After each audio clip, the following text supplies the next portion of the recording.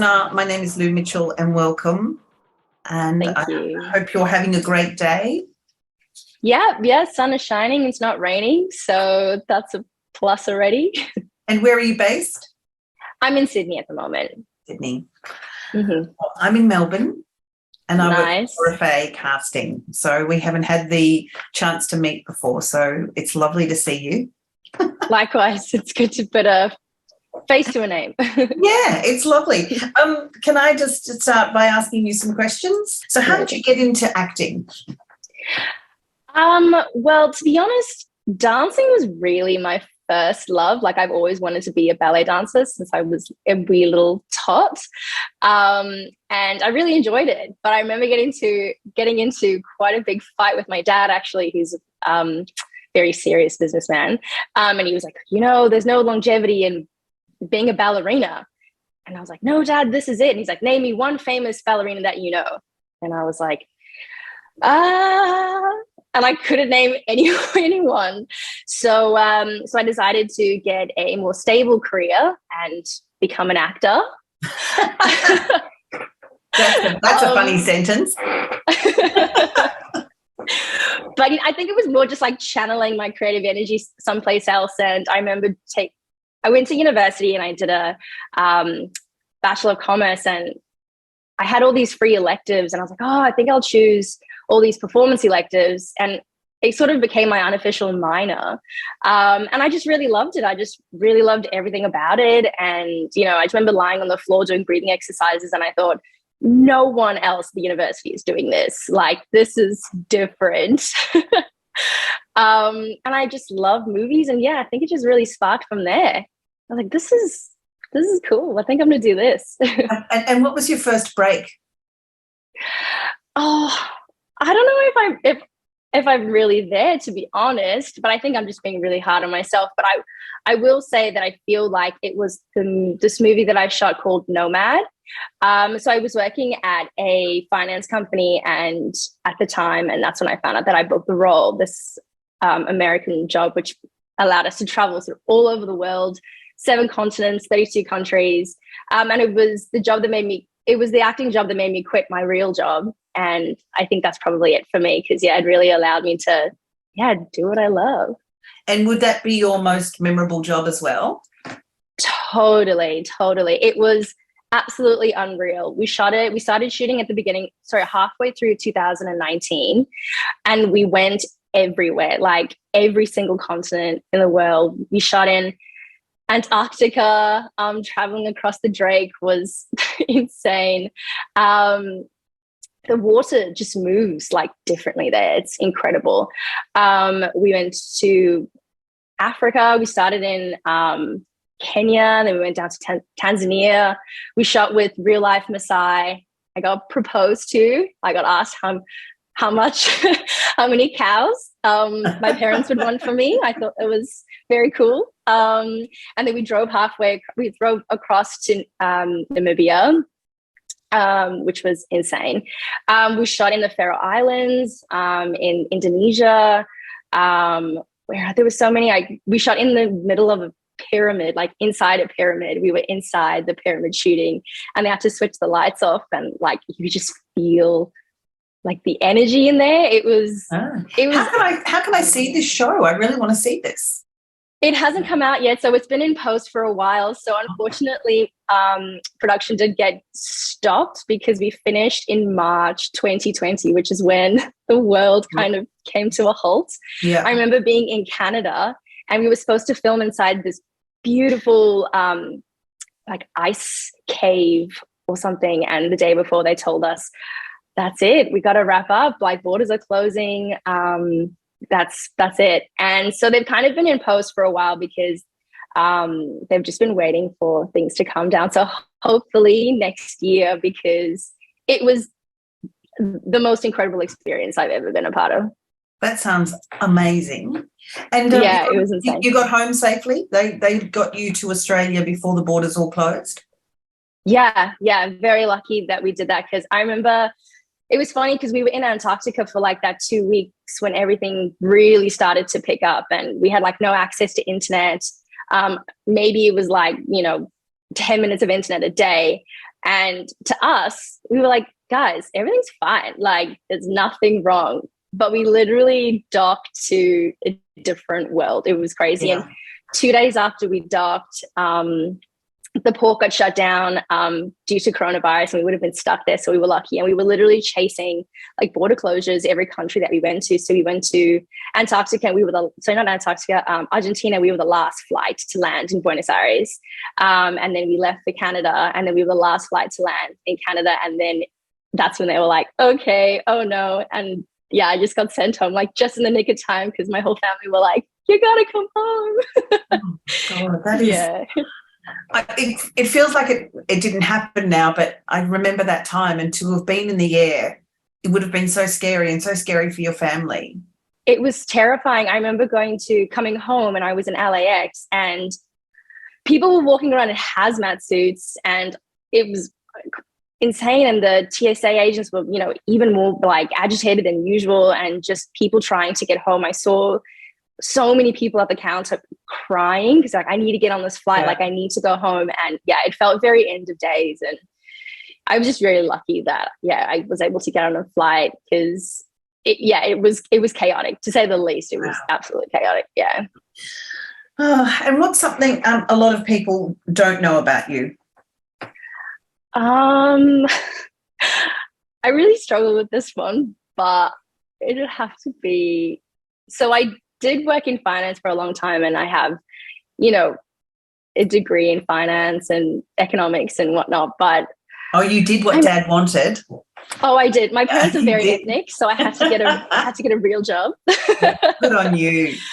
But I'm a shocker at maths, to be honest. Like, I don't know how I worked in a finance company for so long, but I am really bad at maths.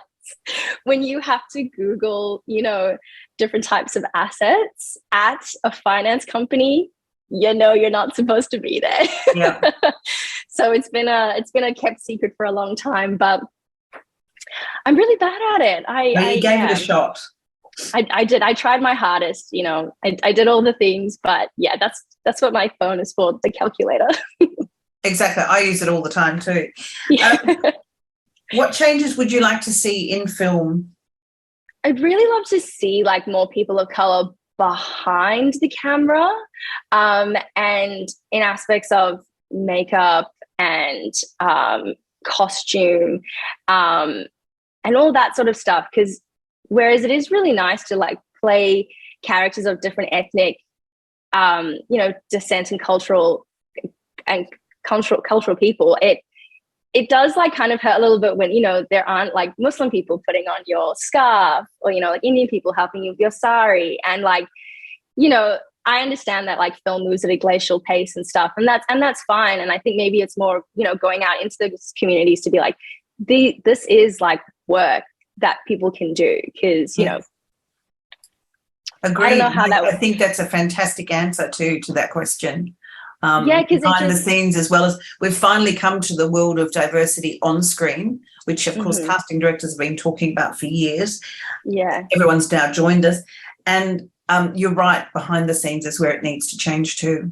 Yeah, it feels so important as well to the people who play the roles, and it adds like a different like touch as well, because yeah, you can see it on screen, but it would be so nice for it to follow through right down to all the other important bits as well. Because, there's such cultural nuances when you're putting on a scarf or when you're putting on a sari, and like, the different ways that it's tied, or like the different colors that people use, like all that stuff, like, you can learn, but like, that's something that you're also like brought up with, and something that you experience every day. And like that's it's like those touches, I think, like will make all the difference as well, especially to the people playing the roles. Yeah. On a personal note, will you be wearing a headscarf for your wedding? I won't be wearing one. No. My family aren't Muslims that wear scarves. Although if we were going to a funeral, we'd probably wear a scarf. But I will have it covered, but it won't be a scarf. No. Can't wait to see a photo. It's going to be very beautiful. And in South Africa, it'll be what's the weather in South Africa at the time of your wedding? So we're having it down in Cape Town. So Cape Town's just on the tip of Africa. It is going to be hot, like hot, hot, hot, hot, hot. Hot, hot. Thank goodness it won't be humid. It'll be at least dry, like a dry hot. So at least, the hair's not going to curl or anything. I get a bit fuzzy. But yeah, it's going to be really hot. So we have to start really late because still at about 4 o'clock, it'll still be about 33 degrees. It's going to be really, really, really warm. It'll be amazing. You won't even feel the heat. Hopefully not. Is there an actor or an actress who you most admire? Yes. So I am a huge fan of actor writers. At the moment, I'm in love with Michaela Cole, in love with Phoebe Waller-Bridge, and Rami Youssef. He created the show called Rami, which is amazing, about like his Muslim family, which... Yes, I saw an ad the other night and I thought I must get into Rami. It's so clever. And the things that I love about them, though, is not that they're just because they're writing stories about their own culture, but it's very like specific to them. And they're not saying, hey, like this is like, an umbrella of like a whole culture or religion or ethnicity or whatever. They're like, these are just our stories. And, we're all different, and we all like, we can all say we're Muslim, but we all like live it like very differently, which I really, really, really love. And yeah, just seeing stories on screen that like I've had conversations with my family about is only something I've really experienced maybe in the last like couple of years. And it's just so nice. It's just so nice because, that representation means everything, and you just feel so seen. And for like little girls out there, little boys out there being like, hey, look, like that's like me. Like, yeah, it just feels really, really, really nice. And it also like sparks conversations as well, like educational conversation about people being like, oh, hey, like what is Eid? Like, hey, like what are the like cultural things in your religion or, Indian religion? What is like, Eid? Jewish religion. So Eid is a Muslim holiday.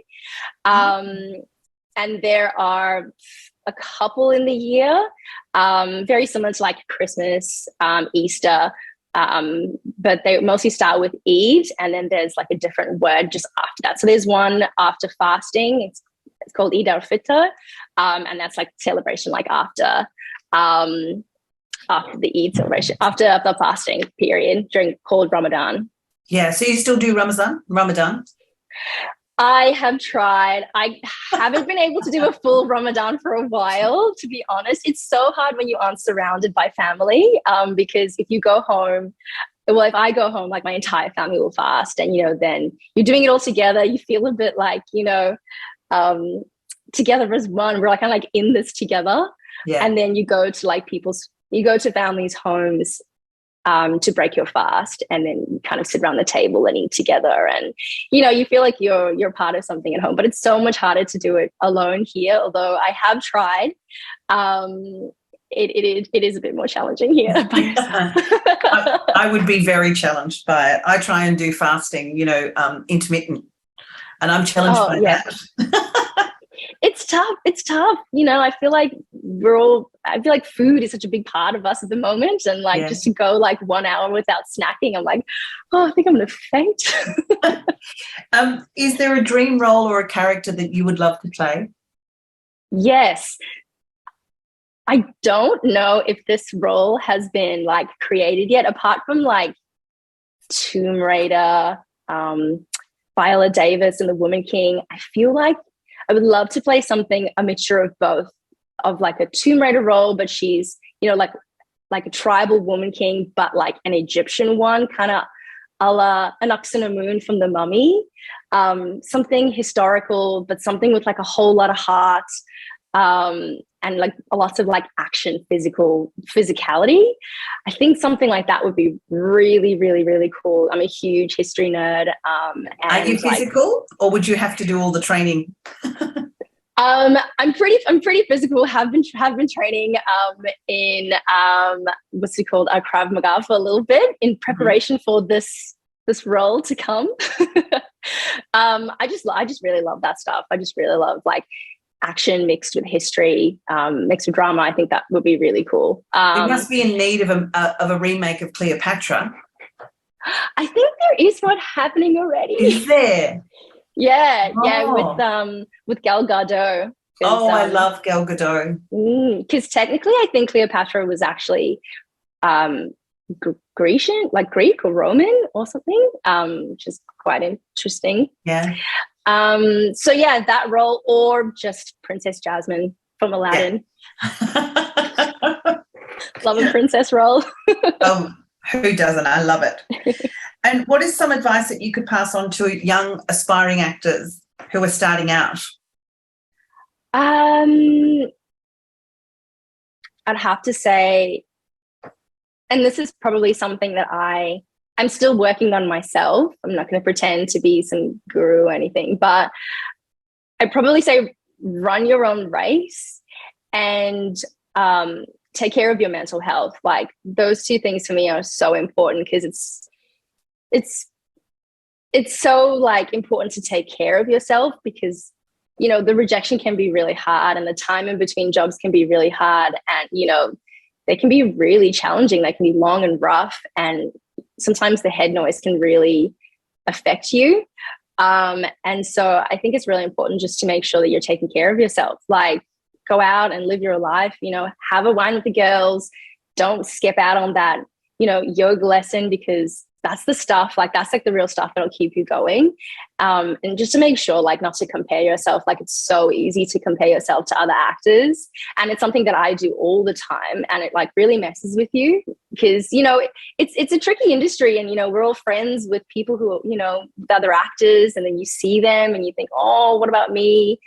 And I think it also really helps you be happy for your friends because that jealousy, like, oh man, it is like a knife in your chest. Yeah. And I think it lives within us all anyway. You don't have to be an actor to have that. That just heightens it, that someone you love is getting a role that you might be wanted. So it is a really, it's a really tricky path. And I think you're very clever. And now when you worked on Nomad, was there anyone that you worked with that you absolutely adored? Oh, I loved them all. They were so great. Taron, the writer director, he was lovely. Like he was so open to any ideas that we had. You know, he never kind of like made us do anything that we weren't comfortable with. Also, in terms of like seeing like the scenes that we were supposed to put down on the day. I remember we were in China one day and the scene just like wasn't working, and he was like, stuff it, like let's just throw it out, like let's just start from scratch. And we lost a day but whatever, and we came back the next day and we reworked it and it made sense to us, you know, to our characters and the story, and it just came out beautifully. And so I have a lot of respect for him because he was very malleable, but they also had like a very clear direction of what he wanted. And it must have been so hard because, you know, we were chopping and changing scenes all the time. You know, sometimes we were just getting stuff because like we just like drove past a tree and we were like, okay, we're going to shoot there today. And so I do have a lot of respect for him. And probably also my co-star, Leo Woodall. Like he is the sweetest, loveliest, most charismatic person ever. And he's gone on to do some really lovely things. He's in The White Lotus season 2 at the moment, and I'm so happy for him. I can't wait to see him in that. He was great. Like he was honestly like my, what's the word? My person throughout the entire shoot. You know, we were away from our families for so long. It took us about 6 to 7 months to shoot it. And we were always there together, just kind of like trudging on, always having fun. Like, or if we had to like, you know, whinge a little bit, like we'd like go away and have a little whinge and we come back ready to go on. Yeah, I have a lot of respect for him as well. But everyone in that production, like, it was just the best. We were just a little family, to be honest, and they all hold a really special place in my heart. Okay, and finally, and probably the hardest one to answer, what does acting mean to you? Oh my gosh.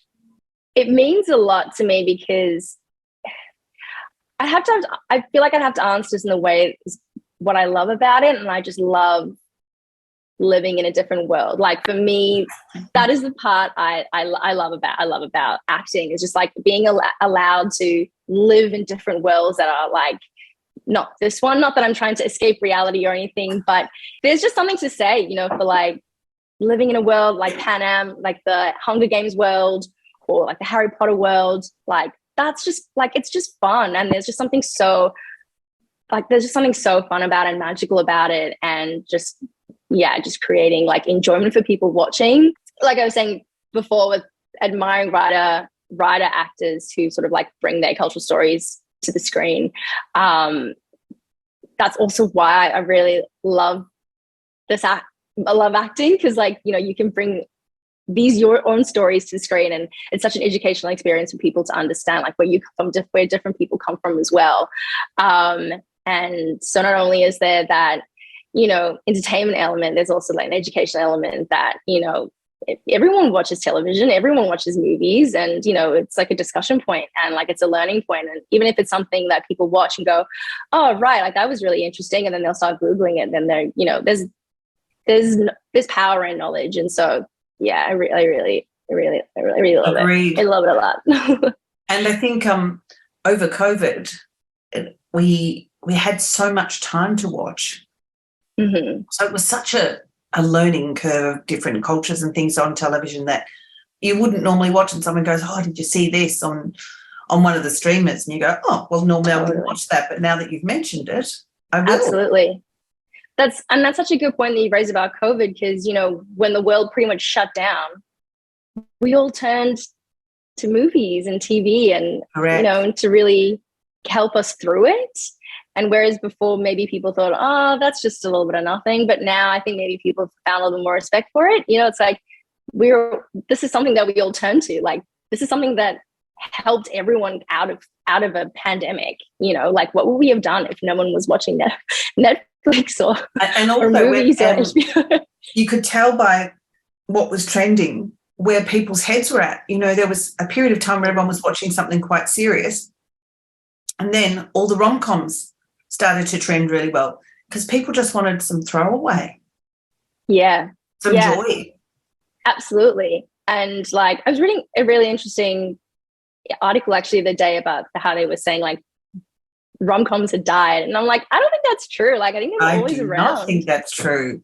Yeah. They were always there. And I feel like there's always place for different types of movies out there. Like I know I always like turn to this movie called Someone Great.